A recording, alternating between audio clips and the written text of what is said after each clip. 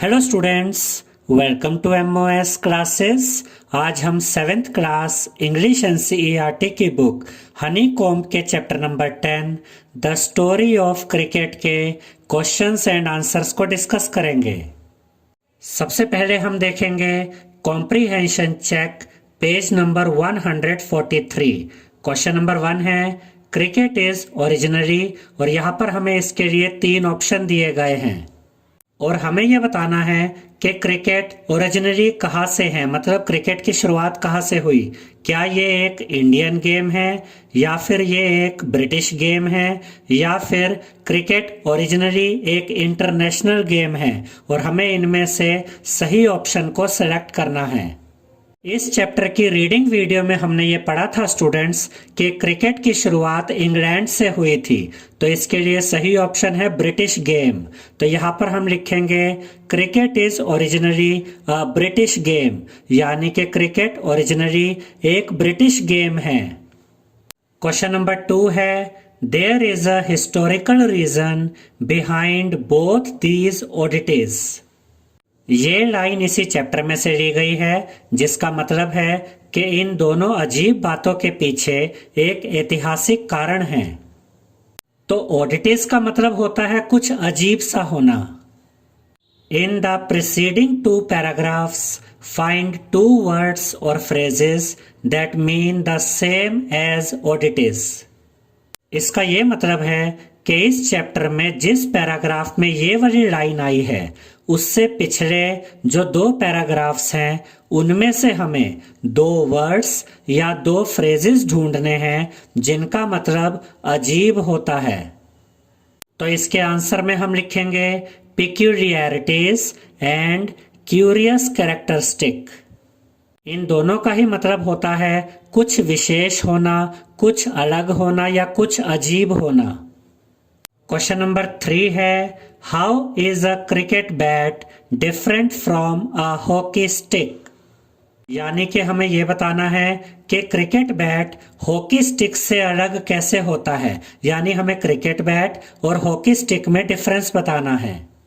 तो इसका आंसर है a hockey stick is thin and curved at the bottom while the cricket bat is broad and straight। यानी कि जो hockey stick होती है वो पतली होती है और नीचे से मुड़ी हुई होती है, जबकि क्रिकेट बैट चौड़ा होता है और सीधा होता है। अब हम देखेंगे comprehension check, page number 146। Write true और false against each of the following sentences. यानी इस क्वेश्चन में हमें जो सेंटेंसेस दिए गए हैं, हमें यह बताना है कि उनमें से कौन से सेंटेंसेस ट्रू हैं और कौन से सेंटेंसेस फॉल्स हैं। फर्स्ट सेंटेंस है India joined the world of test cricket before independence. यानी कि भारत ने आज़ादी से पहले ही टेस्ट क्रिकेट खेलना शुरू कर दिया था। तो ये सेंटेंस बिल्कुल सही है, तो यहाँ पर हम लिखेंगे ट्रू, क्योंकि भारत ने अपना पहला टेस्ट मैच 1932 में, यानी कि आज़ादी से 15 साल पहले इंग्लैंड के खिलाफ खेला था। सेकंड सेंटेंस है the colonisers did nothing to encourage the Parsees in playing cricket. इसका ये मतलब है कि जो कॉलोनाइजर्स थे, यानी कि जो इंग्लैंड के लोग थे, उन्होंने पारसियों को क्रिकेट खेलने के लिए प्रोत्साहित करने के लिए कुछ नहीं किया। इसे हम ऐसे भी कह सकते हैं कि अंग्रेजों ने पारसियों को क्रिकेट खेलने के लिए किसी भी प्रकार से प्रोत्साहित नहीं किया। ये सेंटेंस बिल्कुल सही है कि अंग्रेजों ने पारसियों को क्रिकेट खेलने के लिए किसी प्रकार से एनकरेज नहीं किया, प्रोत्साहित नहीं किया। तो यहाँ पर हम लिखेंगे ट्रू। थर्ड सेंटेंस है Palwankar Baloo was India's first test captain. यानी कि पलवंकर बालू भारत के पहले टेस्ट कैप्टन थे। ये सेंटेंस गलत है, क्योंकि भारत के पहले टेस्ट कैप्टन C.K. नायडू थे। तो यहाँ पर हम लिखेंगे फॉल्स। फोर्थ सेंटेंस है Australia played its first test against England as a sovereign nation. इसका ये मतलब है कि जब ऑस्ट्रेलिया ने इंग्लैंड के खिलाफ अपना पहला टेस्ट मैच खेला था तब ऑस्ट्रेलिया एक आज़ाद देश था।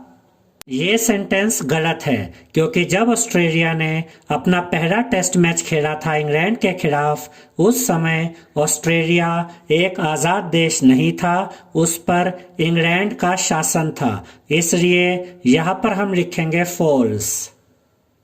अब हम देखेंगे comprehension check page number 148। Question number 1 है a professional cricket player is one who makes a living by playing cricket. इसका ये मतलब है कि जो प्रोफेशनल क्रिकेट प्लेयर होते हैं ये पैसा कमाने के लिए ही क्रिकेट खेलते हैं, ये क्रिकेट से पैसे कमाते हैं। Find the opposite of professional in the last paragraph. यानी कि इस चैप्टर में जो लास्ट पैराग्राफ है हमें उसमें से एक ऐसा वर्ड बताना है जिसका मतलब प्रोफेशनल का अपोजिट होता है। तो वो वर्ड है इमेच्योर। तो यहां पर हम लिखेंगे the opposite of professional is immature. Immature वो लोग होते हैं जो किसी काम को शौकिया करते हैं, जबकि प्रोफेशनल वो लोग होते हैं जो किसी काम को पैसे के लिए करते हैं। क्वेश्चन नंबर 2 है in the Triumph of the one day game. Triumph means the one day games. Triumph का मतलब होता है जीत, विजय। चैप्टर में दिया गया है वन डे गेम की जीत। यहां पर जीत का क्या मतलब है? फर्स्ट ऑप्शन है सुपरियोरिटी टू टेस्ट क्रिकेट, यानी कि वनडे क्रिकेट टेस्ट क्रिकेट से बेहतर है। सेकंड ऑप्शन है इंफीरियोरिटी इन टेस्ट क्रिकेट, यानी कि वनडे क्रिकेट टेस्ट क्रिकेट से बेहतर नहीं है। थर्ड ऑप्शन है achievement and success over test cricket, यानी कि वनडे क्रिकेट की अचीवमेंट और सक्सेस टेस्ट क्रिकेट से ज्यादा है। या फिर फोर्थ ऑप्शन है पॉपुलैरिटी अमंग व्यूअर्स, यानी कि वनडे क्रिकेट की पॉपुलैरिटी दर्शकों में ज्यादा है टेस्ट क्रिकेट के मुकाबले। तो यहां पर सही आंसर है ऑप्शन 4 पॉपुलैरिटी अमंग व्यूअर्स, यानी कि वनडे क्रिकेट टेस्ट क्रिकेट से ज्यादा पॉपुलर है और इसी को इस चैप्टर में वनडे की जीत बताया गया है, उसकी विजय बताया गया है।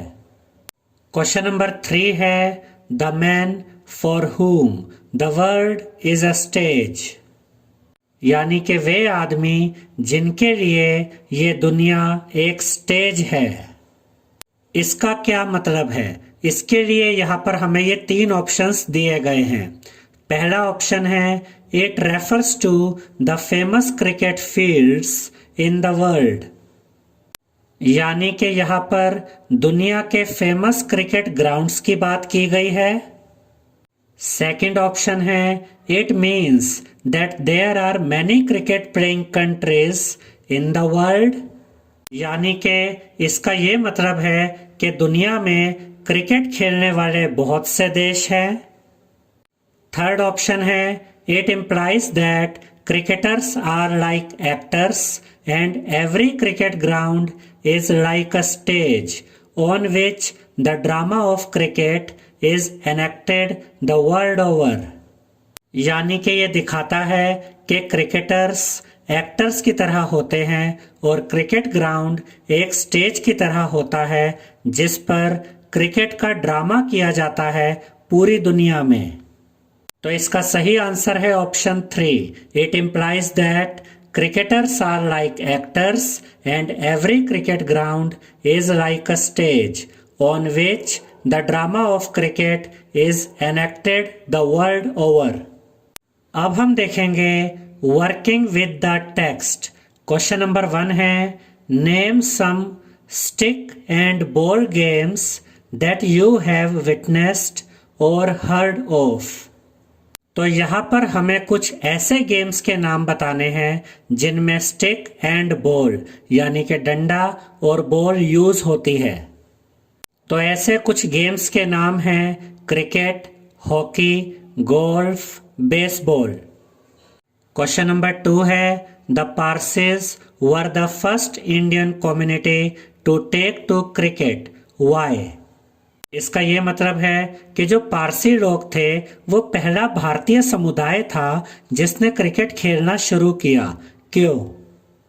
इसका आंसर है as the Parsis were in close contact with the British because of their interest in trade and the first Indian community to westernize, they formed the first Indian Cricket Club. इसका ये मतलब है कि जो पारसी लोग थे वो व्यापार में रुचि के कारण यानी कि बिजनेस में इंटरेस्ट के कारण अंग्रेजों के निकट आ गए, अंग्रेजों के कांटेक्ट में आए और पारसी लोग भारत में ऐसे पहले लोग थे जिन्होंने अंग्रेजों की जीवन शैली को अपनाया और उन्होंने ही भारत के पहले क्रिकेट क्लब की स्थापना की। क्वेश्चन नंबर 3 है the rivalry between the Parsis and the Bombay Gymkhana had a happy ending for the former. Bombay Gymkhana अंग्रेजों का क्लब था और पारसी लोगों में और बॉम्बे जिमखाना में राइवलरी थी यानी कि दुश्मनी थी, उनमें कुछ वाद विवाद था, लेकिन पारसी लोगों के लिए इसमें हैप्पी एंडिंग हुई। What does a happy ending refer to? यहाँ पर हैप्पी एंडिंग का क्या मतलब है? इसका आंसर है a happy ending refers to the defeat of Bombay Gymkhana by the Parsi team in 1889।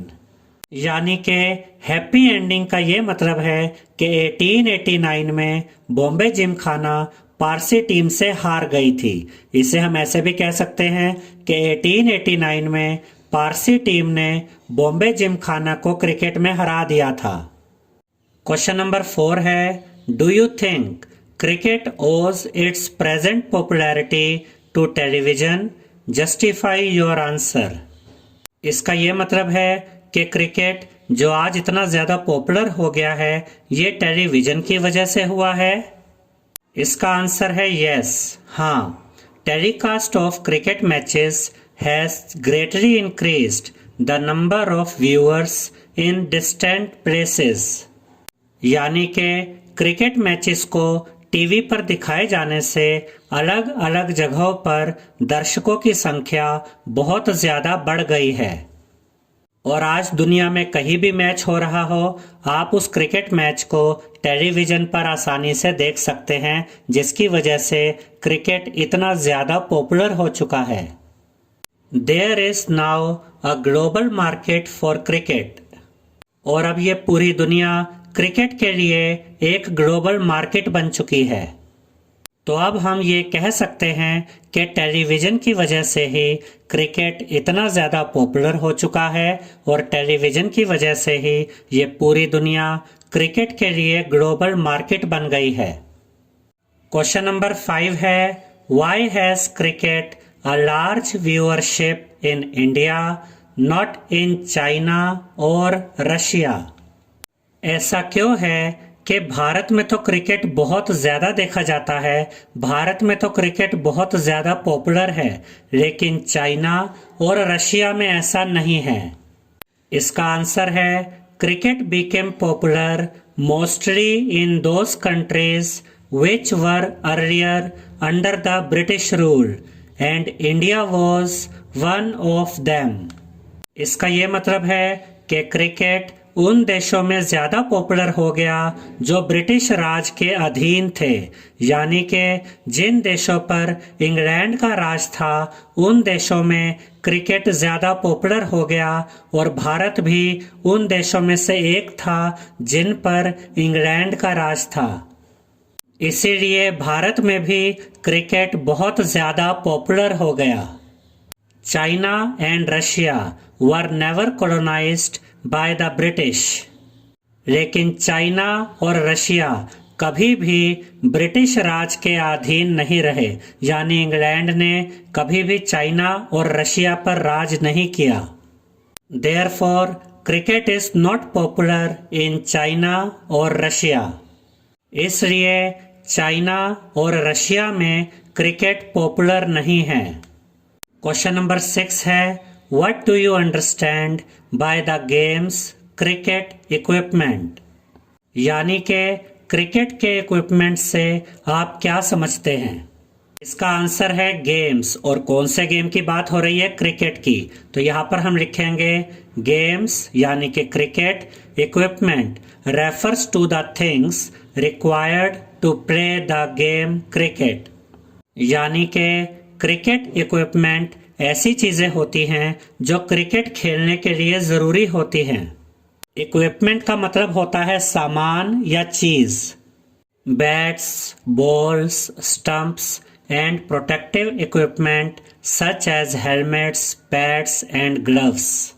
ये सभी चीजें क्रिकेट इक्विपमेंट्स हैं, यानी कि bats, balls, stumps, helmets, pads, gloves, ये सभी चीजें क्रिकेट खेलने के लिए इस्तेमाल की जाती हैं। तो ये सभी चीजें क्रिकेट इक्विपमेंट हैं।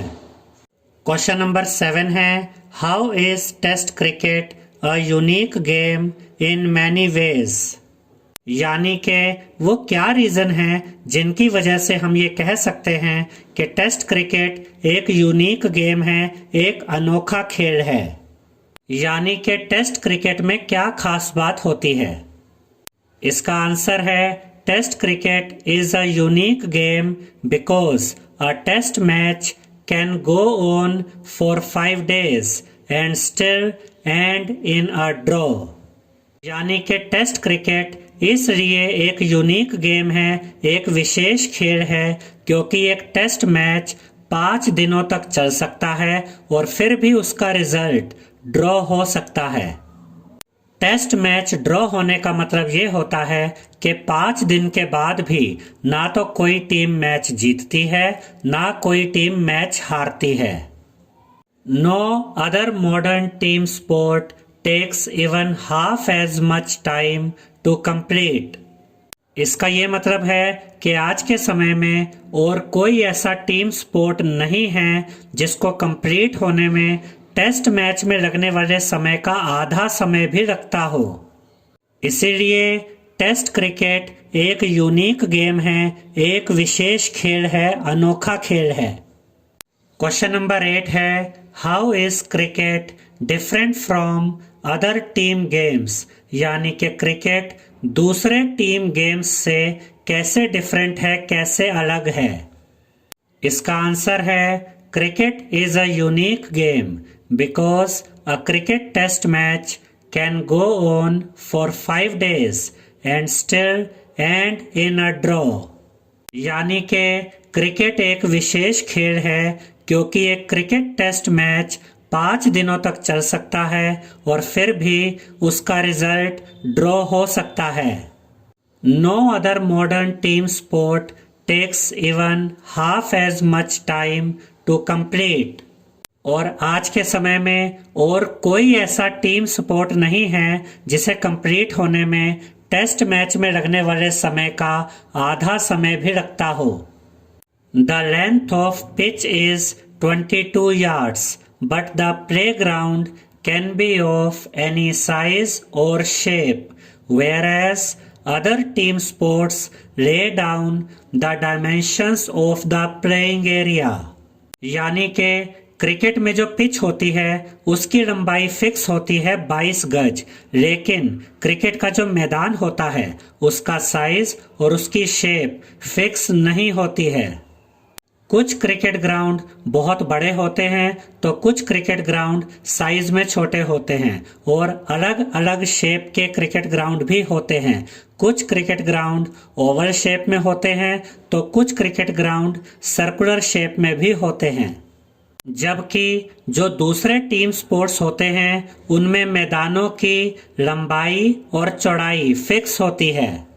क्वेश्चन नंबर 9 है, How have advances in technology affected the game of cricket? यानी कि जो नई नई टेक्निक्स आ रही हैं, जो नई नई तकनीकें आ रही हैं, उनका क्रिकेट पर क्या प्रभाव पड़ा है? इसका आंसर है the invention of vulcanised rubber made possible the use of pads in 1848 and protective gloves soon afterwards. यानी कि वल्केनाइज्ड रबर के आविष्कार से 1848 में पैड्स का इस्तेमाल संभव हो पाया और कुछ समय बाद ही सुरक्षात्मक दस्ताने भी आ गए। Cricket helmets are made out of metal and synthetic light weight materials. इसका ये मतलब है कि क्रिकेट हेलमेट्स मेटल और बनावटी हल्के वजन वाले मटेरियल से बनाए जाते हैं। Satellites have enlarged the reach of cricket matches, यानी कि सैटेलाइट्स की मदद से क्रिकेट मैचेस ज्यादा लोगों तक पहुंच पाते हैं। आज दुनिया में कहीं भी क्रिकेट मैच हो रहा हो, आप सैटेलाइट्स की मदद से टेलीविजन पर उस क्रिकेट मैच को देख सकते हैं। तो अब हम ये कह सकते हैं कि नई टेक्नोलॉजी से क्रिकेट पर बहुत प्रभाव पड़ा है। क्वेश्चन नंबर 10 है, explain how cricket changed with changing times and yet remained unchanged in some ways. यानी कि हमें ये एक्सप्लेन करना है कि समय के साथ क्रिकेट में बहुत से बदलाव आए हैं, लेकिन कुछ चीज़ों में बदलाव नहीं आया है और हमें इनके बारे में भी बताना है। तो इसका आंसर है, earlier the bat was made of one piece, today it has a separate blade and handle. यानी कि शुरुआत में क्रिकेट का जो बैट होता था वो लकड़ी के एक ही टुकड़े से बनता था, वो वन पीस में होता था। लेकिन अब क्रिकेट बैट के दो पार्ट्स होते हैं, एक तो उसका हैंडल होता है और जो उसका बाकी पार्ट यानी कि ब्लेड होता है। Cricket's most important tools like bats and balls are handmade and are made of natural pre industrial materials. इसका ये मतलब है कि क्रिकेट के जो सबसे महत्वपूर्ण उपकरण होते हैं जैसे कि बैट्स और बॉल्स, ये आज भी हैंडमेड होते हैं और मशीनी युग के पहले के मटेरियल से बनाए जाते हैं। तो बैट और बॉल बनाने के तरीकों में आज भी कोई बदलाव नहीं आया है। However, the modern technology has affected the protective equipment such as inventions of vulcanized rubber made possible the use of pads in 1848 and protective gloves soon afterwards. यहाँ पर ये एस आप हटा दीजिएगा, ये इन्वेंशन होना चाहिए, इन्वेंशंस नहीं। हालांकि मॉडर्न टेक्नोलॉजी ने यानी कि नई टेक्नोलॉजी ने क्रिकेट के सुरक्षात्मक उपकरणों को प्रभावित किया और वल्केनाइज्ड रबर के आविष्कार से 1848 में पैड्स का इस्तेमाल संभव हो पाया और कुछ समय बाद ही सुरक्षात्मक दस्ताने भी आ गए। Cricket helmets are made out of metal and synthetic lightweight materials. और अब तो क्रिकेट हेलमेट्स मेटल से बनाए जाते हैं और बनावटी हल्के वजन वाले मटेरियल से बनाए जाते हैं। तो अब हम ये कह सकते हैं कि समय के साथ क्रिकेट में कुछ चीज़ों में बदलाव आया है, लेकिन कुछ चीज़ें आज भी वैसे ही हैं, उनमें कोई बदलाव नहीं आया है। अब हम देखेंगे वर्किंग विद लैंग्वेज। इसमें फर्स्ट क्वेश्चन में हमें दिया गया है वर्ड सर्च, यानी कि हमें कुछ वर्ड्स को सर्च करना है, फाइंड करना है। 12 words associated with cricket are hidden in this grid. इसका ये मतलब है कि यहाँ पर हमें ये ग्रिड दी गई है जिसमें क्रिकेट से रिलेटेड 12 वर्ड्स छुपे हुए हैं। 6 can be found horizontally and the remaining 6 vertically। यानी कि इन 12 वर्ड्स में से 6 वर्ड्स तो हमें हॉरिजॉन्टली मिलेंगे यानी कि ऐसे, और 6 वर्ड्स हमें वर्टिकली मिलेंगे यानी कि ऐसे। 2 words have been found for you। और यहाँ पर 2 वर्ड्स हमें पहले ही दिखा दिए गए हैं। यहाँ पर आप देख सकते हैं बॉल और यहाँ पर आप देख सकते हैं स्लिप। अब हमें बाकी के बचे हुए 10 वर्ड्स को फाइंड करना है। हॉरिजॉन्टल वर्ड्स के लिए पहला हिंट है 6 डिलीवरीज। 6 डिलीवरीज का क्रिकेट में मतलब होता है ओवर। तो यहाँ पर आप देख सकते हैं कि ये ओवर हमें दिया गया है। उसके बाद है 4 रन्स। क्रिकेट में 4 रन्स का मतलब होता है बाउंड्री। यहां पर आप देख सकते हैं कि ये बाउंड्री है। उसके बाद है attacked while out of arena. इसका ये मतलब है कि जब कोई बैट्समैन अपनी क्रीज से बाहर आ जाता है और विकेट कीपर बॉल से विकेट को गिरा देता है तो इसे हम कहते हैं स्टंप्ड। तो यहाँ पर आप देख सकते हैं हमें स्टंप्ड दिया गया है। उसके बाद है नो रिजल्ट। क्रिकेट में नो रिजल्ट का मतलब होता है ड्रॉ। तो यहाँ पर आप देख सकते हैं कि हमें ये ड्रॉ दिया गया है। उसके बाद है स्टंप्स। क्रिकेट में स्टंप्स का मतलब होता है विकेट। यहां पर आप देख सकते हैं कि हमें विकेट दिया गया है। उसके बाद है fielder to the off side of the wicket keeper. Wicket keeper की राइट साइड में जो फील्डर होता है उसे हम कहते हैं कि वो स्लिप पर खड़ा है। तो इसके लिए सही आंसर है स्लिप और ये ऑलरेडी हमें दिया गया है। इसके बाद वर्टिकल वर्ड्स के लिए पहला हिंट है स्टंप्स फ्लाइंग। स्टंप्स फ्लाइंग यानी कि विकेट का उड़ जाना, विकेट का गिर जाना। क्रिकेट में इसे हम बोलते हैं बोल्ड। यहां पर आप देख सकते हैं बोल्ड दिया गया है। उसके बाद है बैक टू द पेविलियन।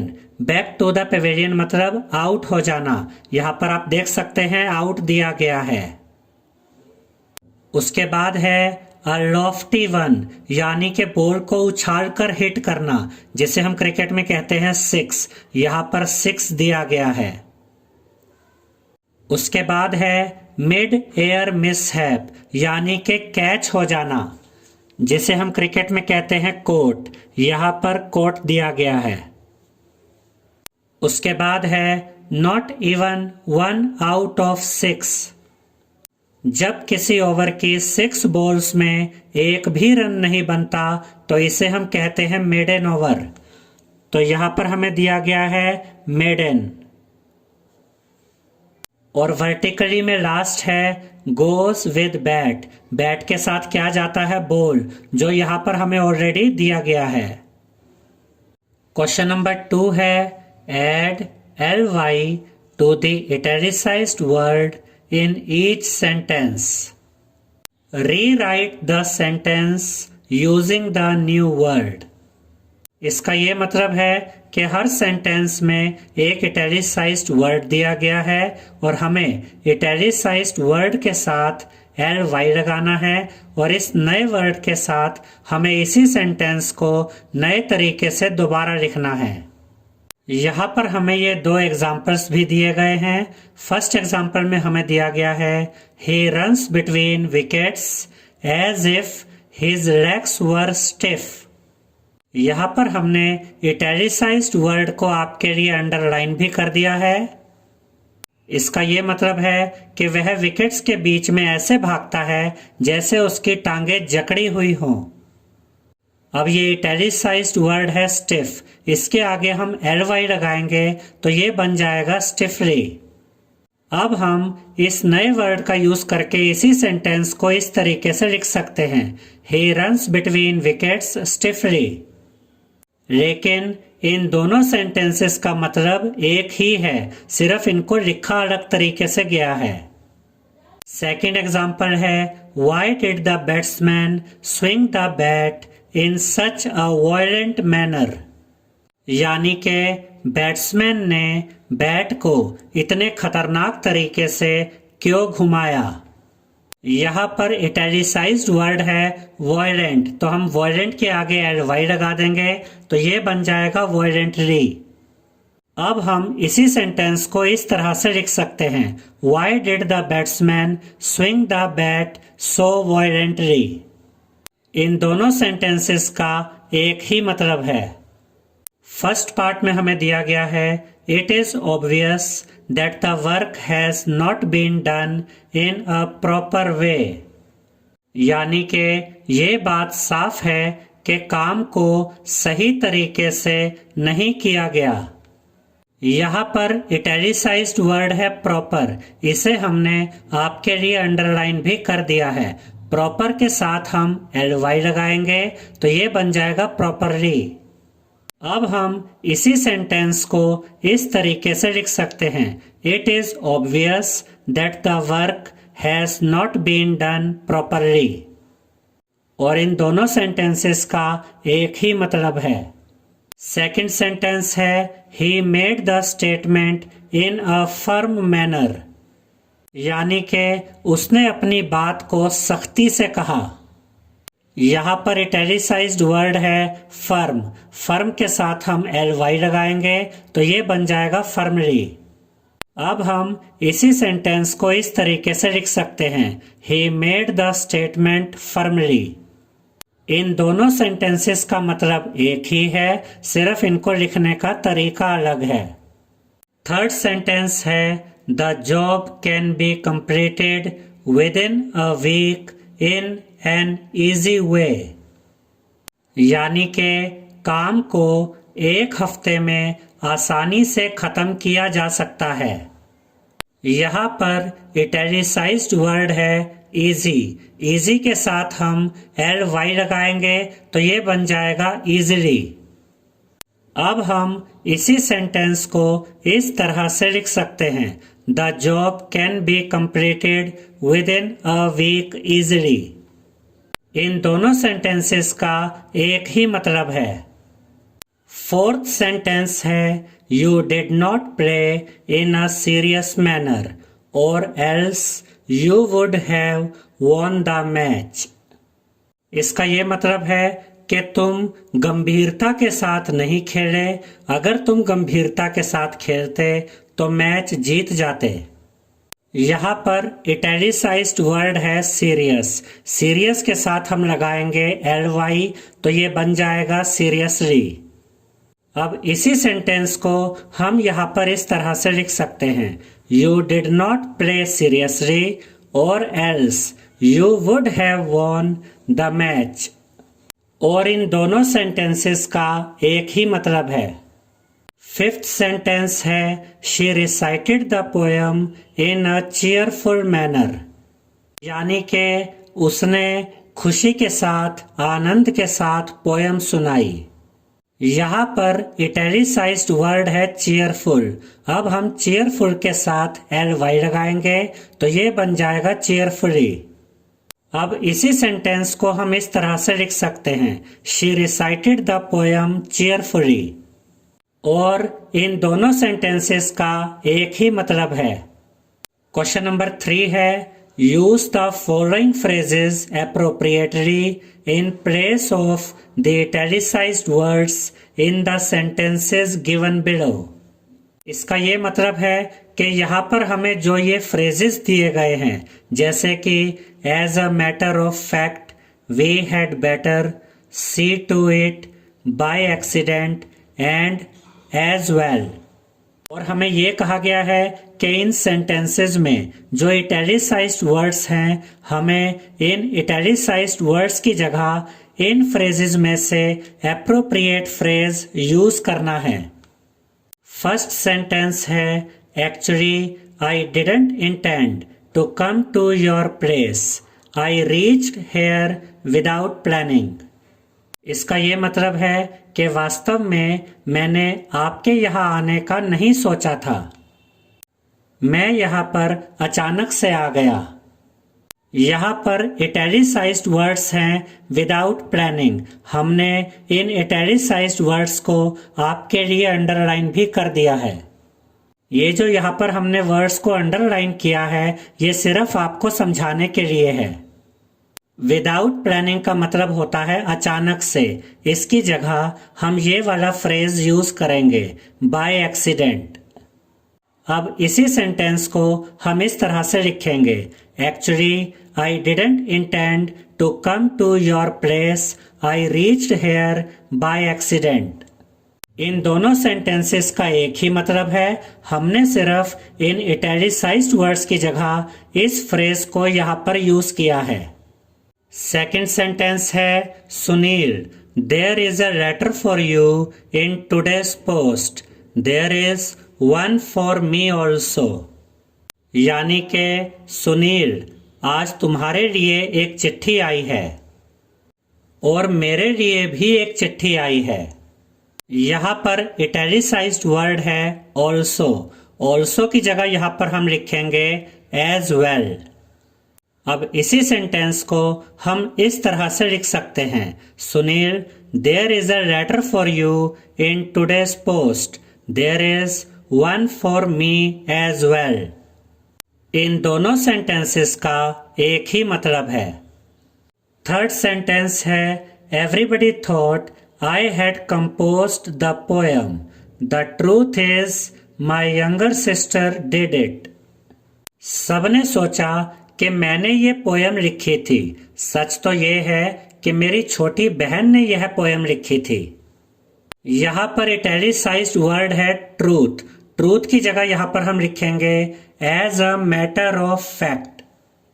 अब इसी सेंटेंस को हम इस तरह से लिखेंगे, everybody thought I had composed the poem, as a matter of fact my younger sister did it. और इन दोनों सेंटेंसेस का एक ही मतलब है। फोर्थ सेंटेंस है the doctor told the patient to make sure that he took his pills on time. यानी कि डॉक्टर ने पेशेंट से कहा कि वह समय पर अपनी दवाइयाँ जरूर ले ले। यहाँ पर इटैलिसाइज्ड वर्ड्स हैं मेक श्योर। मेक श्योर की जगह यहाँ पर हम लिखेंगे सी टू इट। अब इसी सेंटेंस को हम इस तरह से लिखेंगे, the doctor told the patient to see to it that he took his pills on time. और इन दोनों सेंटेंसेस का एक ही मतलब है। फिफ्थ सेंटेंस है it will be better for us to plan our trip before setting out. इसका ये मतलब है कि हमारे लिए ये अच्छा रहेगा कि हम अपनी ट्रिप को प्लान कर ले निकलने से पहले। यहाँ पर इटैलिसाइज्ड वर्ड्स हैं it will be better for अस। इनकी जगह यहाँ पर हम लिखेंगे वी हैड बेटर प्लान। अब हम इसी सेंटेंस को इस तरह से लिखेंगे, we had better plan our trip before setting out. और इन दोनों सेंटेंसेस का एक ही मतलब है।